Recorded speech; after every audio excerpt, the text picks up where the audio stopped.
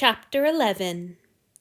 Eiji blinked down at Lord Antony in wordless, mindless astonishment.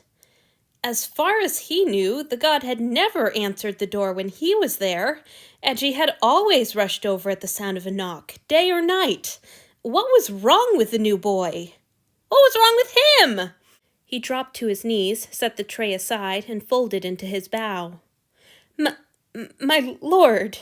He mustn't stammer. It made him sound stupid. Please forgive me for disturbing you. Not at all. I was awake. There was a strange note in the god's voice. Eiji had thought he'd learned every tone and cadence of Lord Antony's speech, but apparently he'd been wrong. As he bowed at his former master's feet, the last few days felt more and more insubstantial. Lord Felix and all his too kind, incomprehensible words faded away. If Eiji had heard, "May I touch you," right now, he wouldn't even have twitched in response. There was only this god and the endless moment in which he was, once again, beneath notice. The silence stretched. Lord Antony had neither taken the tray himself nor ordered Eiji to hand it to him. What was happening? What was the god doing? Eiji itched to break position and peek, though he would never do such a thing. You are settling well into general service, then?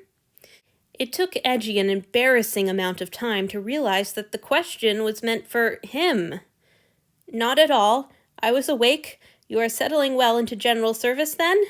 It might have been the most Lord Antony had said to him at a stretch in a year? 2? Yes, my lord.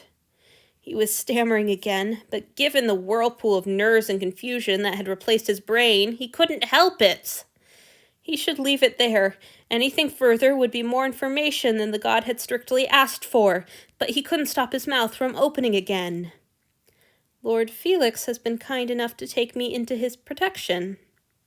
The words felt like a lie in his mouth, even though the rational part of his brain knew them for the truth. He wanted them to be true so badly that it felt impossible that they were. See? Someone wants me.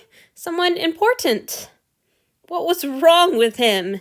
In the moment, the master who had been so kind that he'd broken Eiji mattered only as a way to prove something to the master who had never asked him a question about himself until this one. Was he hoping that Lord Antony would be impressed? Jealous? He hardly even knew. Gods, he was a mess. I'm glad to hear that. Lord Antony sounded sincere. It's good to see you again. There was a soft clinking sound as the god retrieved the tray, then the door shut, and he was gone. Eiji lay where he was for a long moment, utterly confounded. What had just happened? That had been almost a conversation. Where had it come from? Why now? He scraped himself off the boards and got to his feet. He went to the next door and the next, completing his rounds in a daze. If anybody else spoke with him, he didn't remember a word that passed between them. There was no reason for it, but his mind kept playing over the night of his choosing. He had thought his heart might explode with fear as the gods approached. It had taken him nearly 8 years to beat Akito out for the top spot in their cadre, but he had clung to that position ever since. Things didn't come easily to him. He had few real talents beyond a certain natural grace of movement. He didn't enjoy academic work the way some of the others did, and he'd never understood the appeal of reading for pleasure. The only way he'd made it to the top and remained there was late nights, torturous repetition, and unceasing work. He hadn't played or gossiped with the other boys.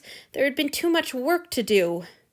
And as the footsteps creaked over the dais and he bowed in the foremost place, he was paralyzed with fear that the gods would know immediately what a sham he was. He was no easy natural attendant. He had to force it. He was a fraud. But Lord Antony had chosen him. Lord Antony, one of the 3. Every temple boy's wildest dream had become Eiji's reality. The first night had been almost unbearably wonderful.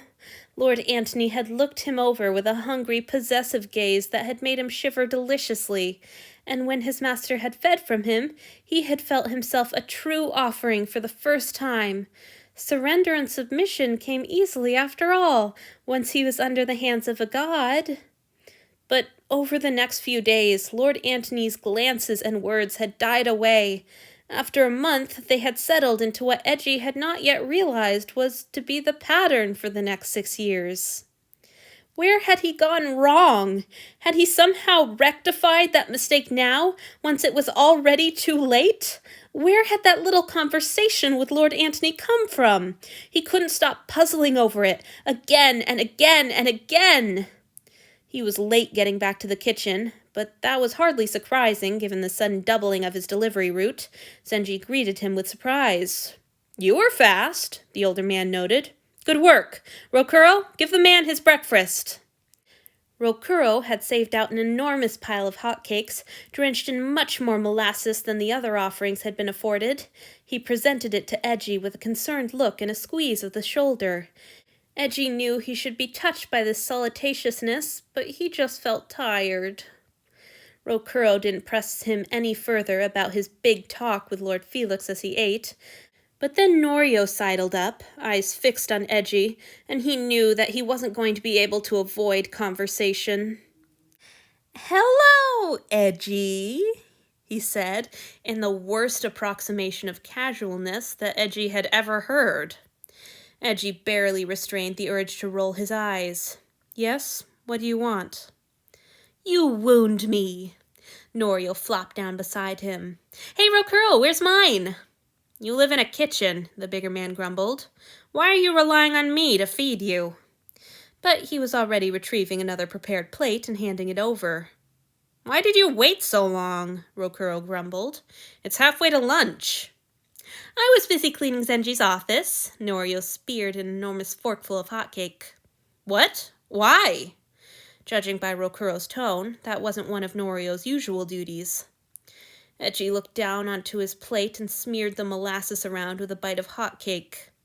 "I'm an interloper here. I don't live with them. I don't really belong here."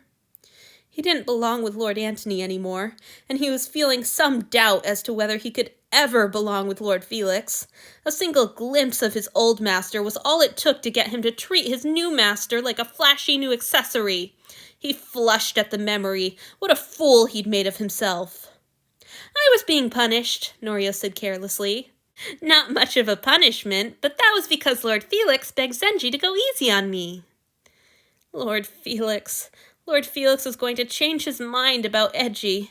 If he could have seen the childish way Eiji had flaunted him just now, he would have changed his mind already. Any day now, he would understand what a mistake he'd made, and then there would be no more talk about love.